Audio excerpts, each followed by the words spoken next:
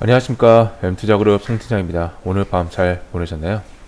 오늘 주요 뉴스 제목을 스냅발 경기 침체 공포라고 이제 지정하였습니다. 좋은 소식을 전해드리지 못해서 죄송한 마음인데 그래도 정확하게 파악하기 위해서 노력을 하겠습니다.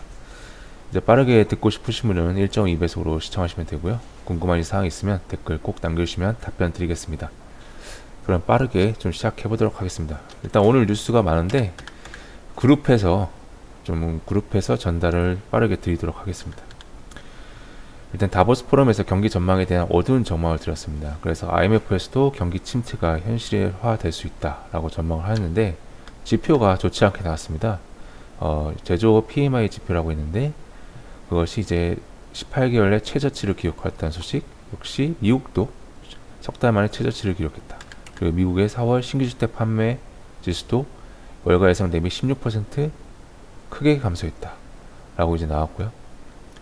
그리고 재고도 굉장히 쌓아지고 있다 라는 소식이 나왔습니다. 그래서 월가에서 굉장히 안 좋은 말들이 나오고 있습니다. 빌 에크먼 시장의 분기에 대한 인플레가 억제될 것이다. 그리고 레이 달리오는 현금보다 주식이 더 쓰레기다. 그래서 75%가 하락할 것이다. 이런 굉장히 나쁜 뉴스가 나오고 있고요.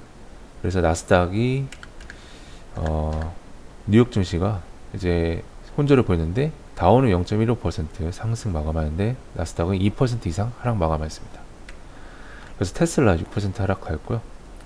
유럽에서도 좀 상황이 안 좋습니다. 조지 소로스가 3차 대선의 시작일 수 있음을 경고하는 멘트를 알렸고 헝가리는 에너지 때문에 비상사태를 선포하였습니다. 그리고 EU에서는 러시아 원유가 금수를 곧 합의한다는 소식이고 인도에서는 설탕 수출 제한을 검토했다는 소식.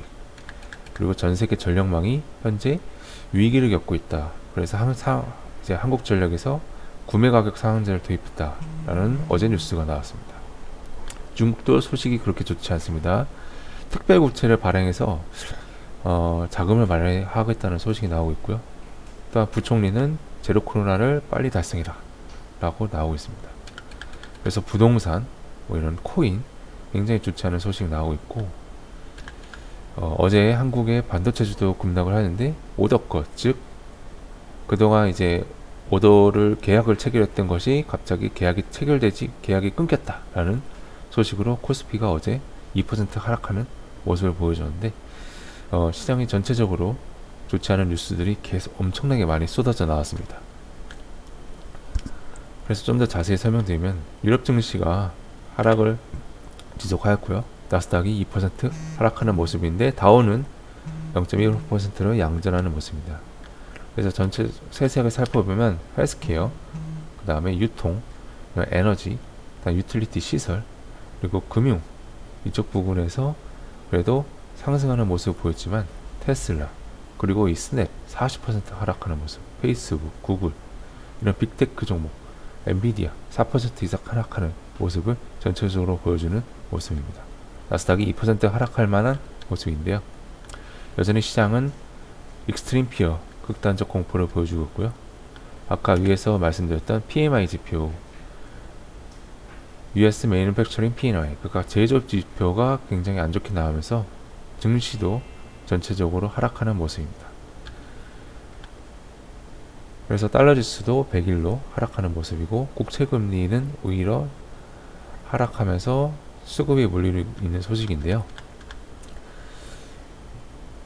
이런 이 스냅이 어제 시간에서 30% 하락해서 우리 증시를 끌어내렸었는데 오늘 결국 40% 하락하는 마감입니다. 그래서 광고가 대부분의 매출인 스냅이 앞으로 전망을 어둡게 내비치면서 구글, 페이스북 등의 인터넷 섹터가 전반적으로 하락했고요. 그 여파는 빅테크로 영향을 주었습니다.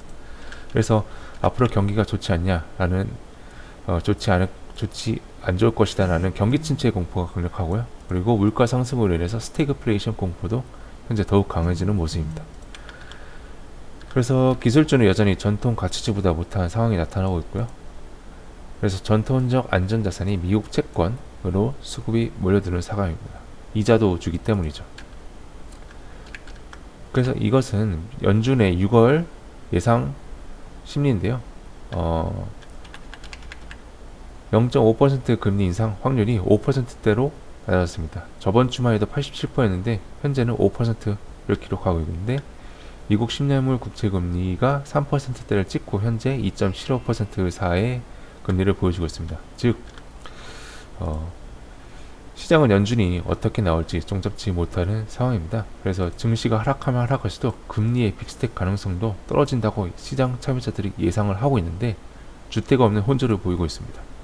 그래서 그냥 이자도 주는 채권 시장으로 수급이 몰려들고 있다고 해석 가능합니다. 미국의 10년물 국채가 3%대를 찍었던 적 있죠. 그렇기 때문에 그때 이제 매력적인 구간일 것이라고 말씀을 드린 적이 있는데, 다만 6월 1일부터 연준이 양적 긴축을 시작합니다. 그동안 가지고 있던 이제 국채하고 MBS 주택저당보증을 내다 팔 것으로 이미 예고를 하였기 때문에 국채의 가격 상승, 즉 채권금리 하락도 어느 정도 제한적일 것으로 이제 예상이 됩니다. 그래서 현재 대부분의 자산의 방향에 대한 예측이 매우 어려운 상황입니다. 그래서 결국 한국 등의 신흥국 증시 참여자나 미국 등의 선진국 시장 참여자나 레버리지, 즉 부채를 없애고 시장을 관망하는 것이 현재로서는 최선입니다. 그래서 미국의 경제 성장률 둔화와 스태그플레이션 우려 굉장히 여전히 강력하다라고 말씀을 드리고 있고, 그렇지만 긍정적인 마인드와 예측보다는 대응, 그리고 현금이 심리를 안정시킨다는 것을 명심하실 필요가 있습니다. 그래서 우리 시장 주목 관련 섹터로 여전히 2차전지, 반도체, 전기차, 원전, 우주항공, 방산 등을 말씀드리고 있고요. 종목 기타 뉴스로 LNF가 2,766억 규모의 자사주 처분 결정을 내렸고, 그리고 동박이 우리나라 알짜 기업인 즉 일지머티리얼즈가 현재 매각 가능성을 내보이고 있다는 소식입니다.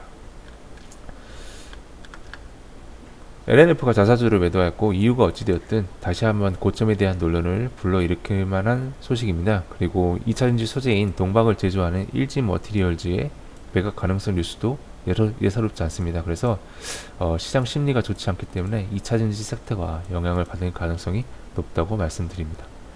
그래서 오늘의 일정으로는 엔비디아 실적 발표 예정이고요. 좋지 않을 것을 선반영해서 4% 미리 빠졌고요. 미국 FOMC 의사록이 공개되는데 의사록에서 어떠한 멘트가 나올지 시장 참여자들은 긴장하고 있는 상황입니다. 그리고 내일의 일정입니다. 금융통화위원회가 열릴 예정인데 한국은행이 금리를 얼마나 인상할지 관심을 기울이시면 되겠고요. 미국의 주간 신규 실업수당 청구 건수가 나올 예정이라서 또 실업수당 청구 건수에 따라 시장이 굉장히 흔들릴 가능성이 높겠습니다. 네, 자세한 기사 내용과 자료를 보고 싶으신 분은 아래 칼럼 주소가 있으니까 확인해 주시면 되고요. 궁금하신 사항 있으면 댓글 꼭 남겨주시면 답변 드리겠습니다. 안 좋은 소식 가득하지만 그럼에도 오늘 성공 투자 하시길 간절히 바라겠습니다. 감사합니다.